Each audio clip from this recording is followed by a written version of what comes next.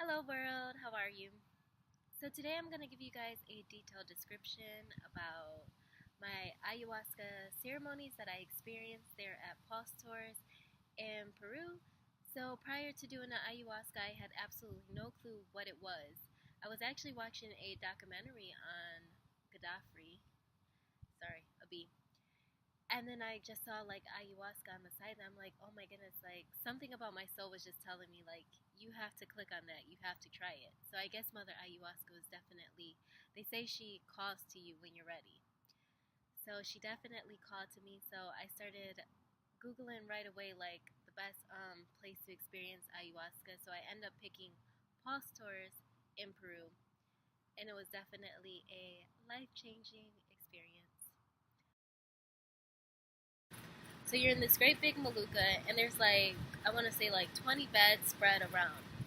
So everybody takes turns going up to the shamans to receive the ayahuasca, and then you go back to your bed, and then you lay down. And then when everybody has tried their ayahuasca, that's when they shut off the lights, the candles completely, and then you're in pitch darkness. And then that's when you can start to experience your ayahuasca ceremony. So for my first ceremony, I took the ayahuasca and I went back to my bed. And I guess the person that was sitting next to me, like, he felt his right away. And I was just like, oh my goodness, like, wow, this is crazy. Like, he's feeling this right away. For me, it was like 2 hours had passed, and I was just like, you know what? I can't even feel anything. And I mean, he was going crazy. He was screaming and making like a lot of noise. And I was just like, oh my goodness, like maybe this just isn't for me. It's probably not gonna work. I don't know why I'm not feeling it. So I was just like, you know what? I'm just gonna go to bed. So I lay down. I can't even tell you, like, I don't have a ideal of the time frame, but all of a sudden I started feeling dizzy, almost like that feeling like if you ever been drunk before and right before you're about to throw up, like you get kind of sick, like, oh my god, like what is happening? So I started getting dizzy, and then all of a sudden I saw like this woman, like a shadow of a woman. I can't give you like details of her face, but she was pale skin, pale complected, and she had this long flowing black hair, and she was very positive, like very sure of herself. And she told me, she said, welcome back, my child. I knew you would come find me again. And then she just basically told me like how this experience was going to change my life and it was going to help me, which it did. So after that, I started seeing, I saw this little tiny black demon came to me. It was just kind of, I want to say like something like, he looked kind of like Casper, almost like a black version of Casper with like the fuzzy white eyes. And then I just started feeling extremely nauseous, and I knew like something was telling me like, okay, you have to purge this guy out, which they give you a bucket, by the way. So I purged him out, and then I got rid of that. So then I saw this river. I saw a black jaguar who was dead with his claws up, like floating, floating in the river. And I was just like, okay.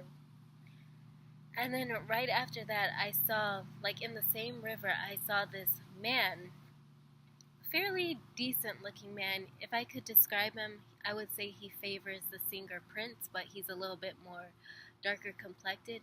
But he had like a mermaid bottom. He had no shirt on, but he was wearing a red turban. And he basically revealed to me that he was the demon that was responsible for all of my pain and suffering. And he took me back to things that I had buried so deep in my subconscious that I didn't even remember, like things that happened to me when I was a child. I'm not gonna share them here, but he basically told me everything that I've ever went through. I mean, every bad thing that you can possibly think of, that he was responsible. And I, right then and there, I began to cry hysterically, and I just asked him, why do you hate me so much? Like, what have I ever done to you? And he told me that he never wanted me to feel love. He never wanted me to feel happiness, and he wanted to have me. And then I would just begin crying even more. And then I told him, like, you know what? I'm gonna get rid of you. And he was threatening me. He was telling me, okay, if you get rid of me, I'm gonna kill all your family. I'm gonna torture everybody. He showed me like a visual of like a little girl that I didn't even know, like how he would destroy her, how he tried to destroy me. So at that point, I was kind of nervous. Like I didn't really want to let him go at that time because I was more concerned about what he would do. I probably shouldn't even share this with you guys because it may creep you out. But I demanded him to tell me his name, and he wouldn't tell me. And I'm not going to tell you who I said in the name of to tell me who you are, but basically, after saying one name in particular, he revealed to me that he was Lucifer. And he basically told me that it wasn't time for him to leave me yet. So just remember that. So for my second ceremony, I felt it instantly. It was like a really good experience at first. There was like this loud techno music playing, and then I was like having fun. I was seeing like different strobe lights and all these different color fractals. And I was like, wow, I'm having like a really good time. I kept laughing and I was like, this is amazing. This is so great. And I was on this wooden roller coaster that it was like traveling all throughout the spiritual world. And I was just kind of like vibing out, like, you know what, this is cool. I'm enjoying this. But then I noticed that I started seeing these lizard eyes appear out of nowhere and these snake eyes that started to appear out of nowhere. And I was like, And then I noticed that it went from like very bright, different color strobe lights to it started dimming down. Like everything started to fade. And then as I noticed that I was going down the roller coaster. Like I was traveling to lower and lower different dimensions. And I was like, oh, okay, I'm not happy anymore.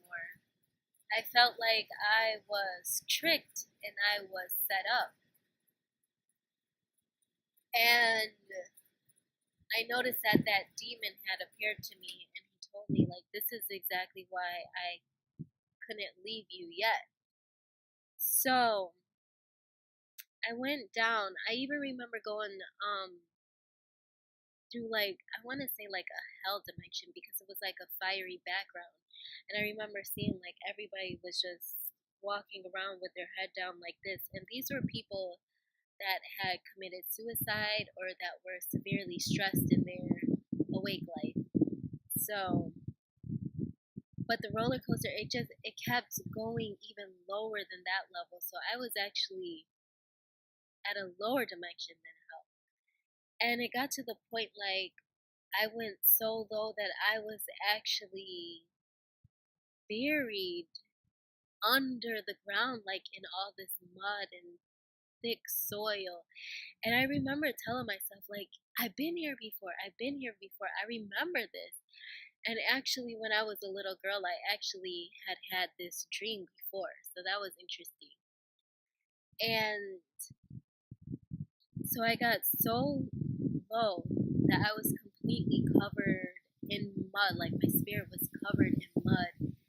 And I saw like all these roaches and all these weird bugs, but it was just like I was calling out, like, can somebody help me? Let me know where I'm going. But nobody was paying attention. I started calling out to Jesus, everybody that I can think of, like, just to get me out of this dark place. And I was so dark and so low that nobody could hear my screams, nobody could hear my cries. And it got to the point where something strange happened to me, where I was myself, but I was my dad at the same time. And I saw that he was covered in all this mud. And then at that point, I realized that, wow, is this how my dad feels about his life? And that made me extremely sad. And at that point, I was trying to help him. But then that's when the demon, he told me that you can't help anybody. You can only help yourself. Only he can help himself get out of the darkness. So I was just stuck here in all this mud, calling out to everybody, just asking them, like, can somebody help? Can somebody go get him? Please help. But like I said before, nobody answered. And then all of a sudden, I heard somebody calling my name, like, and and somebody shook me, like, wake up, wake up. And then I remember I screamed so loud. And it was actually Tamara. And then when I talked to her the next day, it was really weird and kind of crazy because she told me, she said that she asked Mother Ayahuasca to point her to the person who needed the help the most. And Mother Ayahuasca told her to go help me. Sorry, I don't want to get emotional. But yeah, so I was really grateful. And when she was shaking me, I actually started feeling myself lift up from all these lower dimensions to actually a higher one. So that was going to describe to you what I got out of that. I was very grateful because when you're in the ceremony, the only thing that makes you realize that you're still alive is when you hear the shaman singing to you. And I was so grateful that I have another opportunity to make my life right, to be about love, because I realized once you're deceased and your soul takes on the spirit world, like there's no coming back for you. Like you have to live a good life. You have to treat people with love. You have to be about love. So that way you don't get stuck in that dark place. So the next day, we had a break from the, the ayahuasca, and I was extremely depressed. I didn't eat anything all day. I had no appetite. And looking back at it now, I think it's because the demon knew that I was going to get rid of him eventually, and he didn't want me. He didn't want me to. He was rejecting me to feel any kind of thing, because I really, for the third ceremony, I didn't even want to take the ayahuasca, but I did anyway. Going, I saw that roller coaster again, and I was completely freaking out. I was like, oh my goodness, I do not want to go back down to that dark place again. And I saw myself, but it was kind of almost like I was being forced to go back there. And then I was, at one point, like, I was, sorry that it's kind of blurry, but I was stuck on this elevator, and I was stuck with all the people that were there at the ayahuasca ceremony with me. And I was telling them, like, okay, you guys, I'm going to fight the devil now. Like, I have to get rid of him. Like, I'm not going to let this man, or this being, not man, this being destroy me. So eventually I started going back down to that lower place, like, really fast. And I started going hysterical, and I just started screaming, I believe in love, I believe in light, I believe in love, I believe in light, I believe in love, I believe in light. And I kept saying that over and over. I must have said that like a million times, that I believe in love and I believe in light. And then all of a sudden, I saw this great, huge light that just came down, that was shining on me. This great big light from the pitch black darkness that I was in. And I felt so relieved. And it was there was three beings there. There was Jesus, Buddha, and Vishnu. And to be quite honest, I'm not too familiar with the Hindu religion, so that was, just take note of that. But I know it was Vishnu because they revealed to themselves who they were to me, and they came and told me, they said, "You're not alone. We're with you. You don't have to fight this demon alone. We're gonna fight this demon for you." And at that point, like, I felt so safe. Like, oh my goodness, like, I have the good on my side. Like, I can't lose. Like, but they told me, "We'll get rid of him when you're ready." So when I was ready, it was like they grabbed the demon, had him in this big cage, and they were holding him. He was sending me this deceiving images, like, of all my family, telling me, like, "Oh, your family, they don't love you, and they did this and they did that." And he was just basically, he was trying to trick me into not getting rid of him. And I was just like, "I'm not gonna listen to you. I believe in love. I believe in light. I believe in love. I believe in light." I just kept repeating that. And then the more I just heard him screaming and yelling at me, he said that even if he finds like a small crack of weakness, he's gonna find his way back to me again. And then eventually, like, I was ready to get rid of him, and then I saw them carried him up through my body, as crazy as it sounds, through my mouth. And then when I was ready to get rid of him, I was to purge, so I was to throw him up. And that's exactly what I did. I threw him up. And remember, I didn't eat anything at all that day. So, as soon as that happened, I felt relieved. I saw this big, huge black snake with these beautiful, big purple eyes, like the prettiest eyes I've ever seen. And it was definitely a female energy. So that, as they'll tell you, the black snake is Mother Ayahuasca. And she was kind of like swimming through all of my chakra points, basically healing them out and telling me everything's going to be okay now. I'm cleaning out your chakras, so you'll be able to start focusing on your spiritual work. So that was for the third ceremony.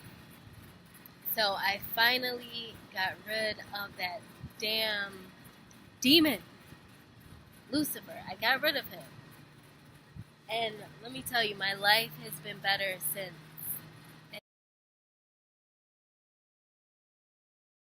Mother Ayahuasca, she came to me and she told me, "Okay, I'm going to take you to where creation starts." So she took me to the world of creation, and it was amazing. So the first thing that I saw was this big, huge, I want to say silverback gorilla that was sitting there like in the middle of the spiritual world of creation. Like, there was all these glowing butterflies and all this, and oh my god, it was freaking amazing. And then there was this big great tree of life, and she was just like sitting in the center. And then she was giving me like a lot of information about like how creation starts. And she showed me my unborn son, and she told me, well, first of all, she rubbed my belly, and she said she was filling it up with lots of love and lots of light, so that way, whenever I'm ready to have a child, I won't have any problems. And she showed me my unborn son, and she had him wrapped in this cocoon, and she was filling him with lots of love and lots of light. And she said, "I'm going to keep him here in the world of creation until you're ready for him." Sorry. There's an ant. And so I was having so much fun with this gorilla. Like, we were having a blast. And she was giving me like a lot of information. So she basically showed me like what happens with like the aborted fetuses, and I saw this little black soul. And I guess if a person has an abortion or whatever, you see like the aborted fetus turns into like this little angry black soul that's stuck into the spiritual world.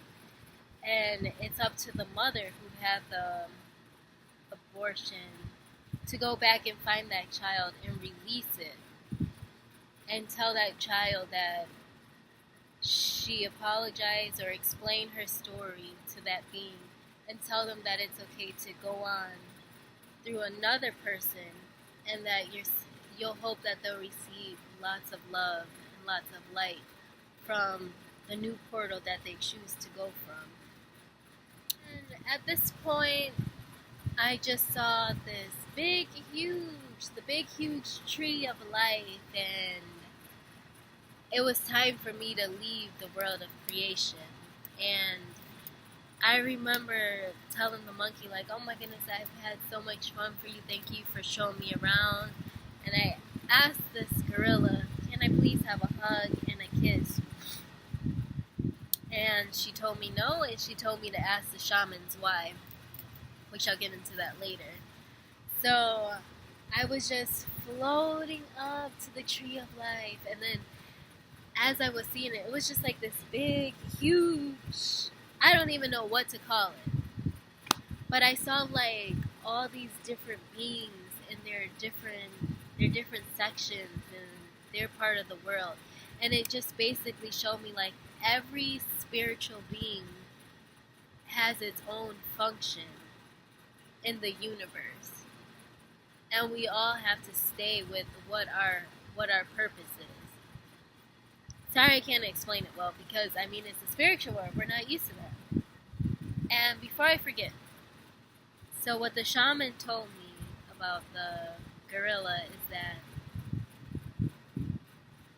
the gorilla actually is a demon, and that's why the gorilla couldn't hug me, because it wasn't allowed to hug me.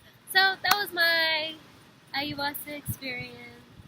I hope you guys enjoyed it. Let me know what you guys think. Please try to keep the negative comments to a minimum. I'm all about peace, love, and light. So, hope you guys enjoy. Till next time. Ciao.